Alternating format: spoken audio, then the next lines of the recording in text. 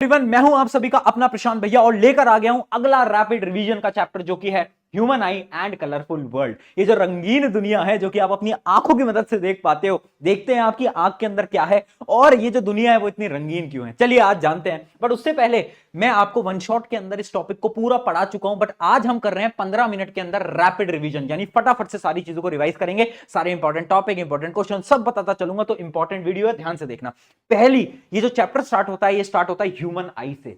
Human आई का जो diagram है ये बहुत ज्यादा खुद में ही बहुत ज्यादा इंपॉर्टेंट है। अब इस डायग्राम को हम समझते हैं फटाफट से। पहली चीज तो ये डायग्राम तुम्हें याद कर लेना है, बनाने को आ सकता है। अगली चीज, इसके अंदर इसके जो पार्ट्स हैं और उन पार्ट्स के जो फीचर हैं वो भी पूछे जा सकते हैं, तो एक एक करके पार्ट जानते हैं। इमेजिन करो एक लाइट रे आई, सबसे पहले लाइट रे आएगी, ये जो आपको दिख रहा है ना इसको हम बोलते हैं कॉर्निया। क्या बोलते हैं? कॉर्निया। तो सबसे पहले आपकी लाइट रे एंटर करती है कॉर्निया से। तो कॉर्निया क्या होता है, यहां पर डेफिनेशन भी लिखी है, आउटर मोस्ट ट्रांसपेरेंट पार्ट।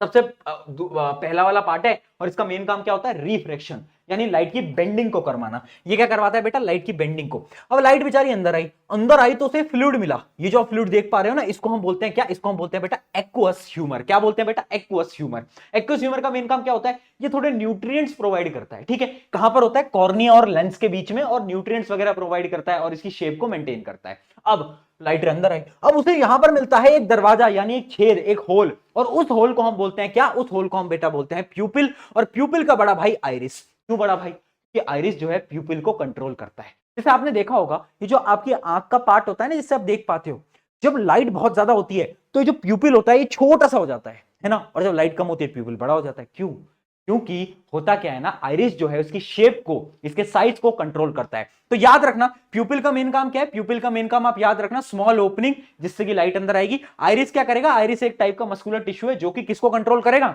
आपके प्यूपिल को कंट्रोल करेगा। चलिए, अब यहां से लाइट अंदर आ गई, लाइट जैसे ही अंदर आई तो उसे मिल जाएगा लेंस, है ना। कौन सा लेंस है?